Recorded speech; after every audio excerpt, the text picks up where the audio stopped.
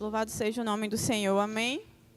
Senhor, eu quero te agradecer, Pai, porque o Senhor está aqui essa noite. Quero te agradecer, Deus, porque a tua presença está aqui, Pai. Te agradecemos, Deus, porque podemos sentir a tua presença, Pai.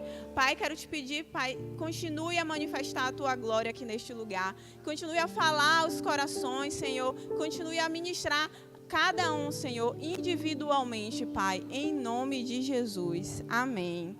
Glória a Deus. Amém. Podem assentar-se.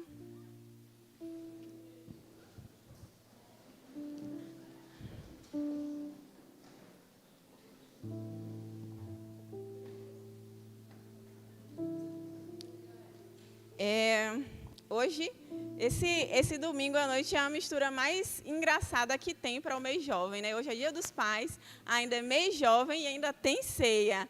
Então, é um dia assim completo. Eu creio que Deus ele tem muito a falar nos nossos corações essa noite. E eu fiquei, Deus, e aí? O que é que eu vou falar em pleno domingo tão diferente, tão misturado, com tantas coisas que vão acontecer, que estão acontecendo no mesmo dia? E o Senhor falou comigo para eu trazer uma palavra que eu já cheguei a compartilhar um pouco com os jovens, que é sobre o amor. É muito engraçado a gente pensar sobre isso, porque o amor, ele é algo que ele envolve quase todas as áreas de nossa vida. Se a gente pensar, gente, pode sentar, viu? As meninas também.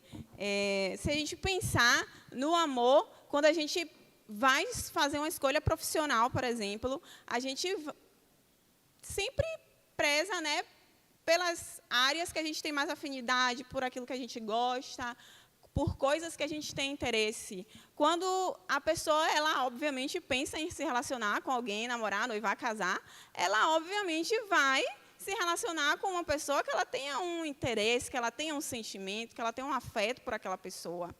E por assim, a gente vai pensando em várias áreas de nossa vida. A gente acaba tendo o amor envolvido em muitos aspectos da vida da gente.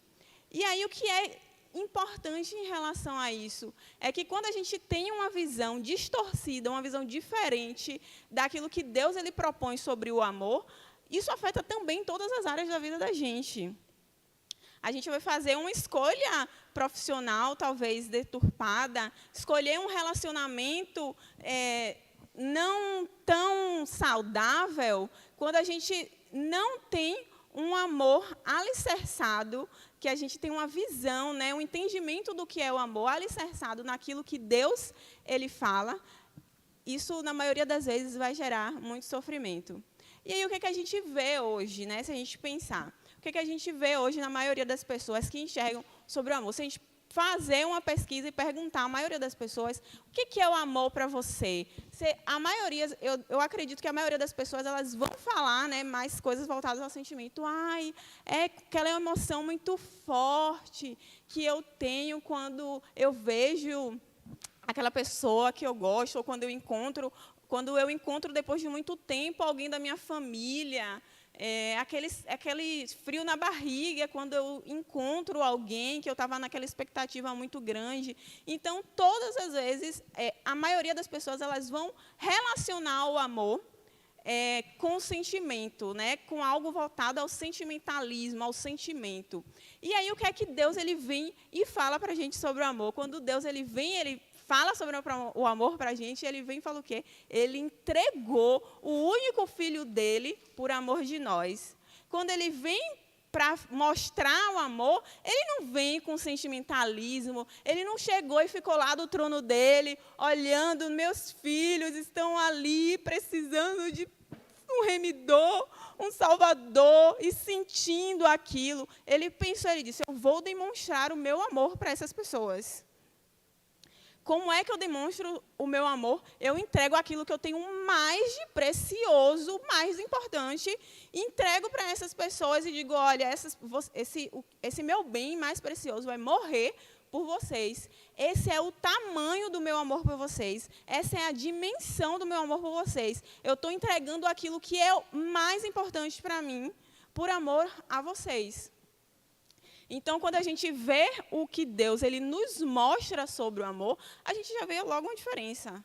a gente está vendo que não é um sentimentalismo, não é uma emoção, não é uma simples emoção. Ele teve uma ação, ele teve uma atitude, ele chegou e entregou algo para a gente, ele deu o filho dele por amor de nós. E o que é que a gente vê hoje? A gente vê hoje relacionamentos que são simplesmente baseados no sentimentalismo. O que é que a gente vê? E quando eu digo relacionamentos, eu falo todos os tipos de relacionamento, né? Amizades, namoro, casamento. As pessoas, elas estão baseando o amor que elas, né? A visão que elas têm sobre o amor no sentimento. E a gente vê em Deus que isso é diferente. Tá, Rebeca, mas o que é que isso tem a ver? Do que é que você está falando? Tá, vamos pensar. Vamos abrir, né? Aqui em 1 João.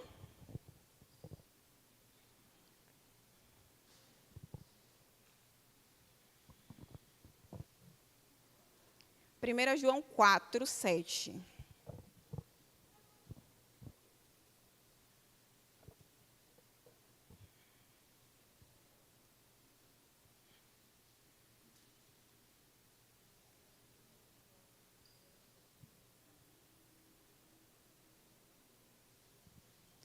Todos acharam? Amém? E em 1 João 4, 7 fala assim. Estou ouvindo umas folhas ainda passando.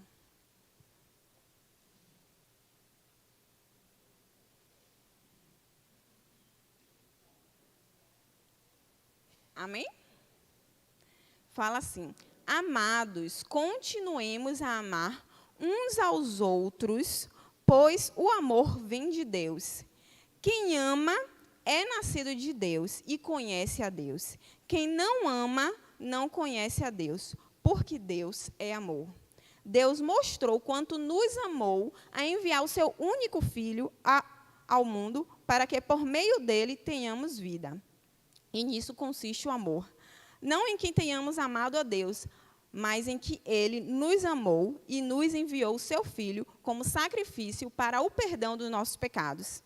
Amados, visto que Deus tanto nos amou, certamente devemos amar uns aos outros. Ninguém jamais viu a Deus, mas se amamos uns aos outros, Deus permanece em nós. E o seu amor chega a nós à expressão plena.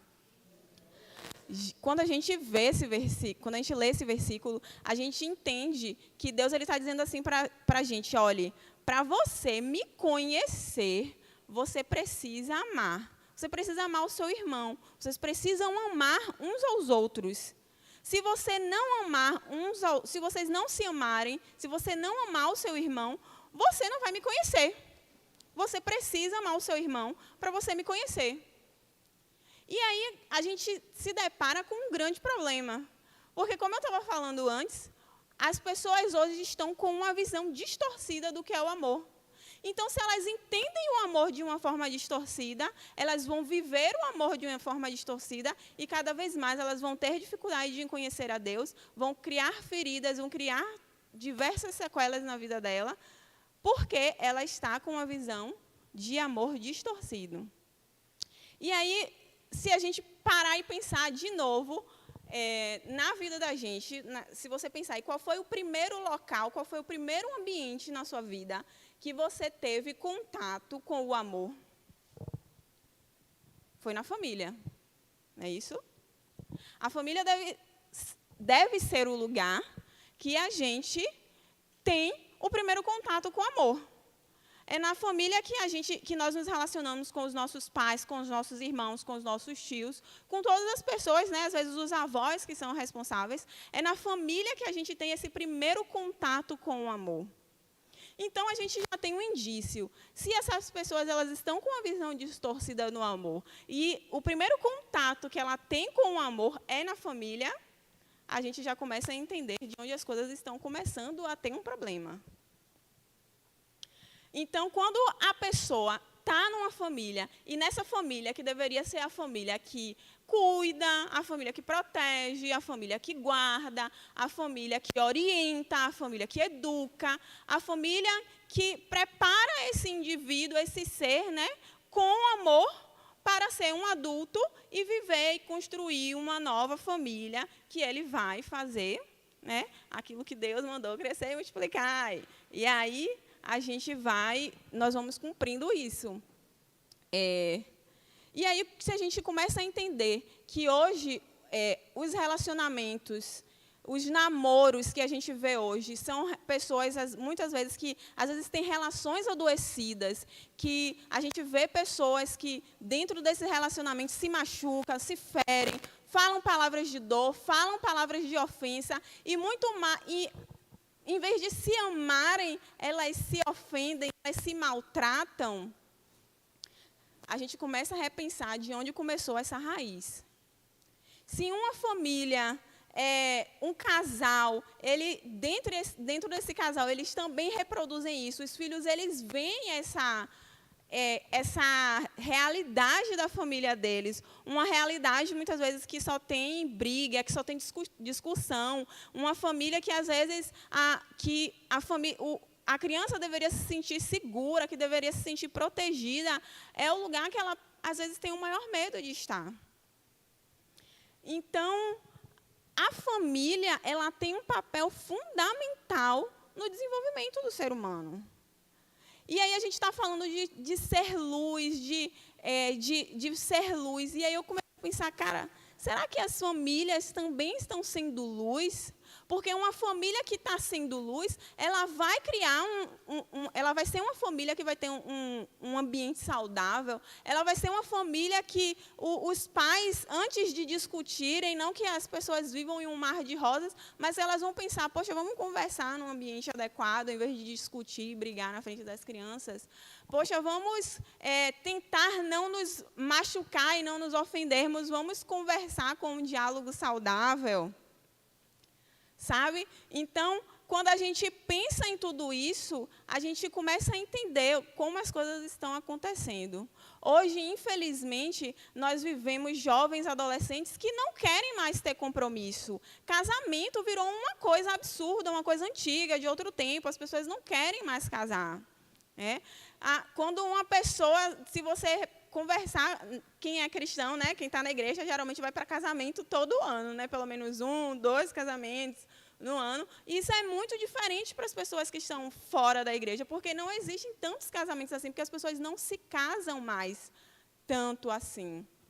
É muito mais fácil fazer união estável, né? Chegou lá, está morando junto, fez lá união estável, acabou. Ou, às vezes, nem precisa fazer, né? Ele só junta, está morando junto, é casado. Não, não é casado, gente. Então, nós, como filhos, como servos do Senhor, precisamos ser luz dentro das nossas famílias também. Nós precisamos ser essas famílias que as pessoas vão olhar e dizer, caramba, olha aquelas pessoas, olha aquele grupo de pessoas que moram na mesma casa, eles de verdade são uma família.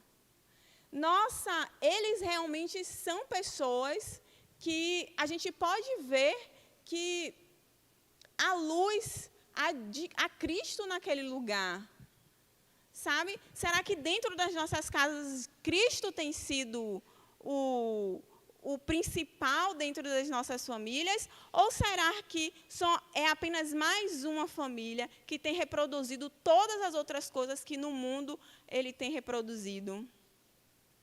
Será que realmente dentro das nossas famílias tem feito a diferença aqui na Terra e as pessoas podem ver Cristo também através das nossas famílias?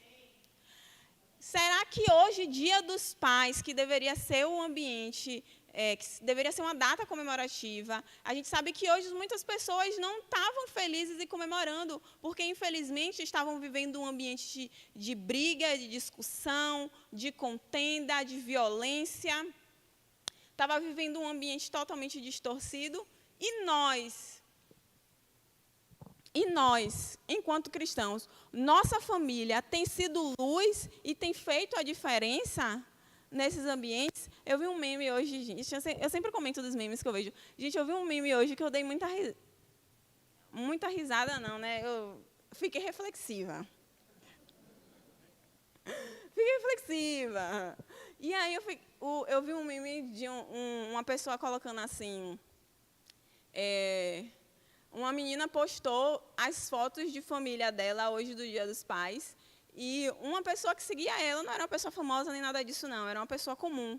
Só que essa pessoa que seguia ela chegou para ela e falou assim: nossa, que gatilho, você no Dia dos Pais postando foto com seu pai.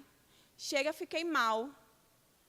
Então, as pessoas elas estão ficando tristes, né, por ver a felicidade de uma outra pessoa. Em vez da pessoa dizer assim, caramba, eu vejo luz, eu vejo Cristo na sua vida. Nossa, eu vejo que a sua família reflete algo diferente. E eu não tive um pai na minha vida, mas eu creio que eu acredito que eu posso construir e fazer diferente na minha vida.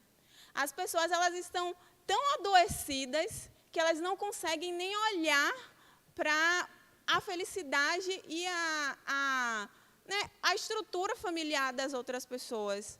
Mas nós precisamos continuar insistindo, nós precisamos continuar dizendo, existe sim famílias saudáveis, nem todas as famílias são adoecidas, nem todas as famílias são uma mentira, porque as pessoas acreditam nisso hoje. As pessoas acreditam que a família é uma grande mentira, que foi criada simplesmente para aprisionar as pessoas, que o casamento é uma grande prisão para atrasar a vida de alguém, que filho é um grande problema por atrasar a vida dos outros. A gente escuta hoje, infelizmente, muitos jovens que falam que não querem ter filhos, justamente porque dizem, não, vai atrasar todos os meus planos, porque eu ainda quero trabalhar não sei quantos anos, conseguir não sei quantos dinheiros, e quero isso, e quero um carro importado, e eu quero viajar para Maldivas, eu quero de tudo.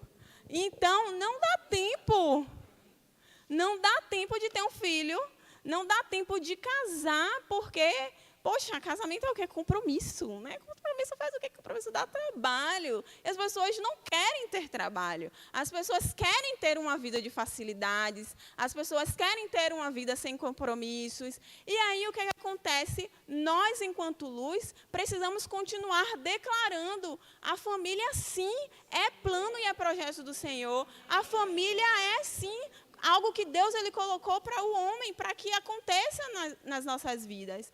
E como é que tudo isso aconteceu?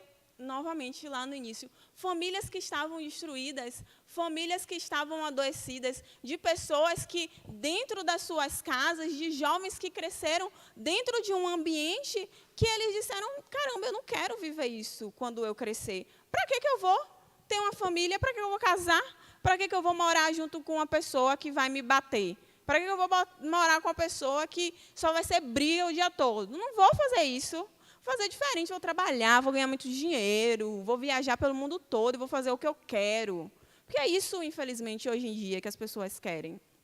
As pessoas, e com isso, gente, não estou dizendo que nada disso é errado. Estou dizendo que as pessoas estão se distanciando dos propósitos de Deus. Porque Deus, ele sim, ele tem sonhado um casamento para os jovens. Deus, ele tem sonhado, sim, com famílias. E nós precisamos ser essas famílias que fazem a diferença e constroem uma perspectiva no mundo de que, sim, gente, existe esperança. Existem, sim, a família não é a gente escuta muito, né, aquela família de margarina, porque antigamente, né, tinha aquelas propagandas da margarina, que as pessoas sentavam ao redor da mesa, tomavam café da manhã, e aquela propaganda vendia bastante, porque falava de uma família feliz, e hoje em dia as pessoas elas não acreditam mais nisso. Elas acreditam que a família é lugar de dor e adoecimento.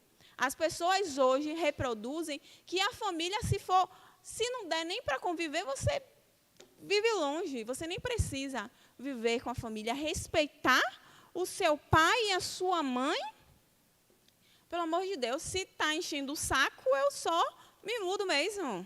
Eu só pego minhas coisas e vou embora. Cada um vive sua vida. O que é isso? Não preciso ter dor de cabeça com ninguém, não. E as pessoas não entendem que, sim, nós precisamos respeitar os nossos pais. Nós precisamos honrar os nossos pais.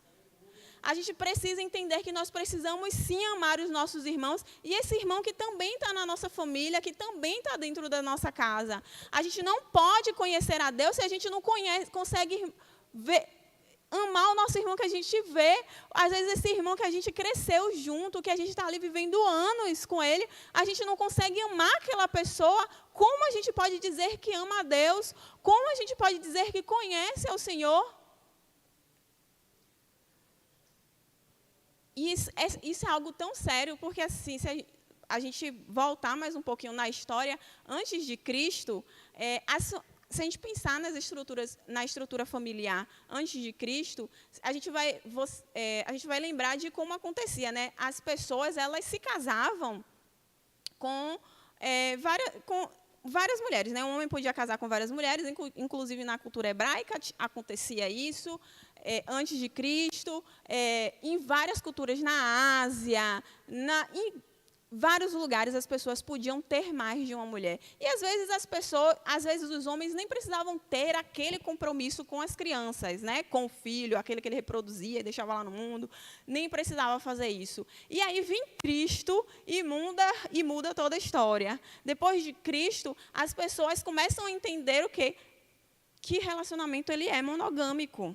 Você está ali, você casou, é só aquela pessoa pelo resto da sua vida. Você teve filho, rapaz, seja responsável pelos seus filhos. Você precisa ter responsabilidade pela sua prole. Você precisa viver em família. Então, Cristo vem e muda a história do mundo e traz o conceito de família para a gente. Só que o mundo inteiro ele é influenciado por isso. O mundo inteiro tem a constituição pai, mãe, filhos. O mundo inteiro entende dessa forma. Só que aí o que é que Satanás tem feito dia após dia? Ele vem distorcendo isso. Ele vem distorcendo aquilo que Deus ele trouxe como base para a gente dizer assim, olha, é aqui que você vai aprender o amor. É aqui que você vai entender o que é acolhimento, o que é ser cuidado, o que é ser amado. É nessa base aqui, ó. Jesus ele traz um manual, ele traz uma receitinha de que vai funcionar, gente. Confia, vai na minha que vai dar certo. E aí o que é que acontece? O diabo ele está vindo, ele está querendo destruir justamente isso. Ele está querendo destruir aquilo que Deus ele está dizendo, olha, é isso aqui que eu estou explicando para vocês. Vocês precisam entender que é dessa forma que dá certo. Não é isso que vocês estão aí, estão inventando, estão dizendo, não. Foca no que eu disse para vocês. Vocês precisam cumprir aquilo que eu estou falando. Por que que Satanás faz isso? Porque quando ele destrói a base, ele destrói tudo. Então, crescem pessoas, crescem jovens, crescem adolescentes, adoecidos, que não querem compromisso, que não entendem o que é o amor e se relacionam com diversas pessoas e se machucam e sofrem e entendem que fulano não presta, que homem não presta, que mulher não presta, que só existe homem assim, que só existe mulher assado, então o melhor é ficar sozinho e isso vai se reproduzindo. Então, como é sério esse entendimento do amor? Quanto mais as pessoas elas enxergam o amor dessa forma, mais elas se distanciam de Deus, mais elas se distanciam do propósito do Senhor. E será que as nossas famílias têm sido essa luz ali no fim do túnel, mostrando para as pessoas, dizendo assim, olha, os propósitos de Deus, eles acontecem. O que Deus fala, Ele garante.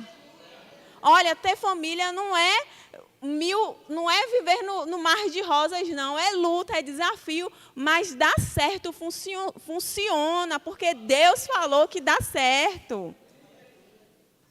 Então, se a gente não for essa esperança, sabe, essa referência que o mundo precisa, onde eles vão encontrar isso, se isso está sendo distorcido? Se eles não podem encontrar a luz em pessoas que servem a Deus, aonde eles vão encontrar isso?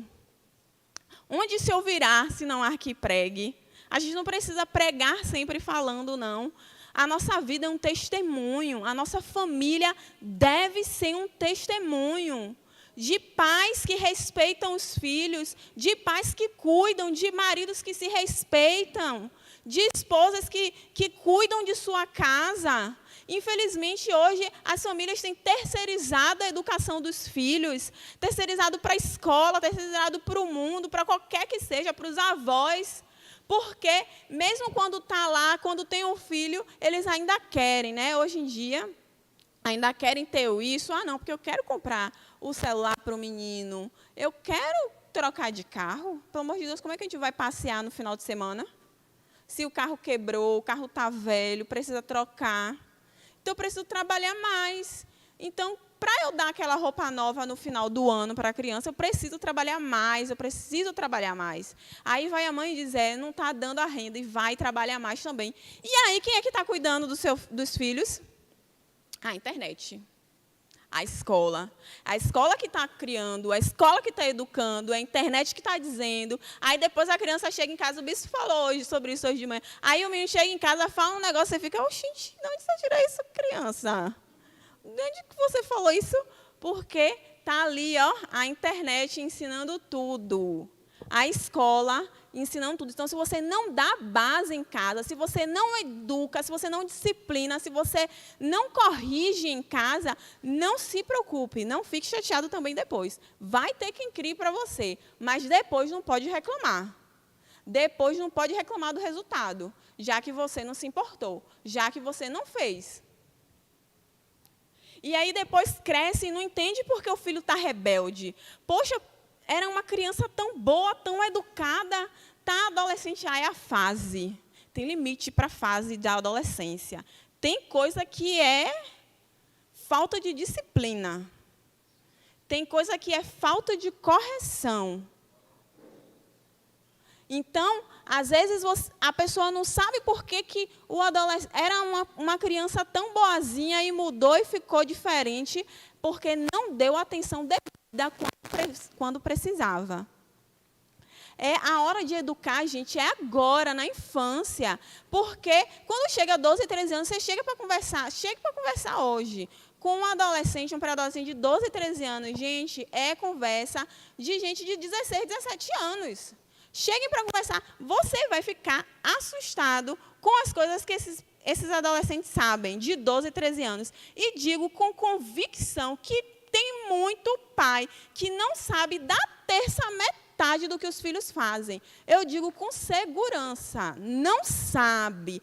Acha que sabe e não sabe. O adolescente está aí fazendo 1000 coisas, o pai vai trabalhar, sabe qual é a hora que chega. Eu converso com o adolescente toda semana. E sabe qual é a hora que o pai chega do trabalho, sabe a hora que precisa fazer, qual é o tempo que precisa para se organizar. Sabe tudo. Porque não educou antes, não criou a base antes.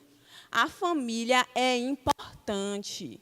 Se o pai e a mãe não cuidar, não educar, de base, o mundo vai educar. O mundo vai ensinar o que é possível fazer. Porque o colega na escola, ele já dá os macetes todo. Quando um é mais inocente e mais, bestinha, o colega já ensina. Poxa, besta, vem cá que eu vou te dizer como é que você vai fazer.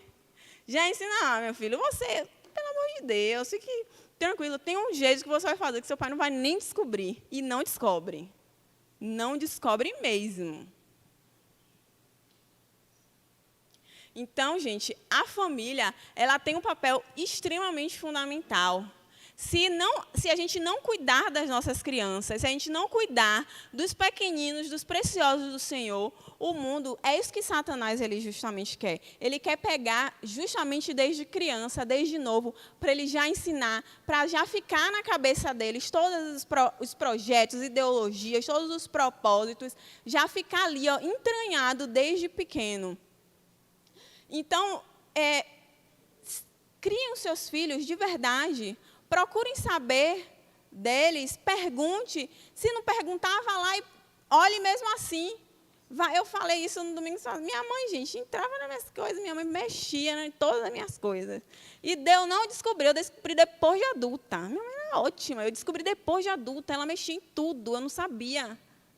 Depois que eu fiquei adulta, que eu descobri que eu peguei assim um lance, eu disse, minha mãe, eu não acredito. Ela, claro, minha filha, como você acha que eu estou ligada, que eu estou ali orando, que eu estou ali clamando, repreendendo todo mal? Estou observando, eu estou sabendo de tudo que está acontecendo. Porque o pai e a mãe têm que ir atrás. O pai e a mãe têm que saber. Ah, mas é porque ele não me deu a senha do celular. Eu fico nervosa quando eu escuto isso. É sério, eu fico nervosa. Eu não quero invadir a privacidade e pegar a senha do celular. Eu respiro fundo quando eu escuto esse tipo de coisa. Eu quero saber... A primeira coisa que vem na minha cabeça, eu quero saber quem é que está mandando dentro de casa. Se é você ou se é ele, se é o adolescente. Porque, às vezes, é isso que está acontecendo. Os filhos, eu estou dizendo dos adolescentes, mas, às vezes, a criança está mandando dentro de casa. A criança bate o pé, faz birra. Esses dias eu vi isso acontecendo na minha frente. Às vezes, eu tenho que respirar fundo. Eu tenho que respirar fundo. Eu vi uma criança fazendo uma birra que eu disse... Meu Deus, me ajuda, Senhor. Como é que a mãe ali, ó, respirando, na pior paciência, foi lá, conversou com a criança e tudo, mas eu fico, Deus, tem pai que só fica, tome, ai, não faça isso não, menino, tome aqui o celular, vá, não fique chateado, não. Não, sente ali que você vai ter o seu brinquedo. Gente, pelo amor de Deus, quem é que manda em casa? São os pais ou são as crianças? Ou são os adolescentes? Os pais precisam tomar as rédeas daquilo que está acontecendo dentro da casa. Não são os filhos que têm que mandar. Não são os filhos que vão ditar as regras.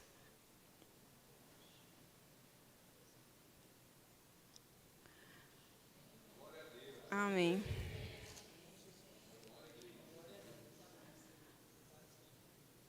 Lá em 1 João ainda 2...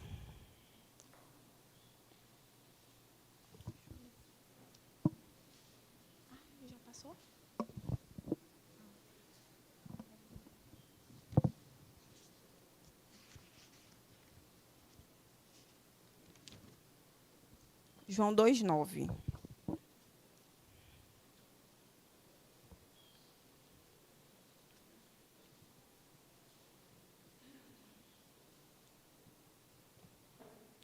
Se alguém afirma, estou na luz, mas odeia o seu irmão, ainda está na escuridão.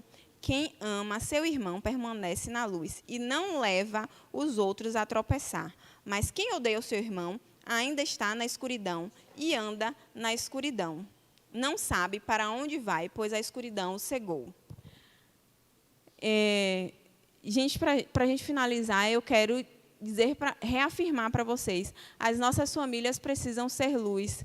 Os nossos filhos, eu vou tomar posse, os nossos filhos... Amém. Pessoal, tá...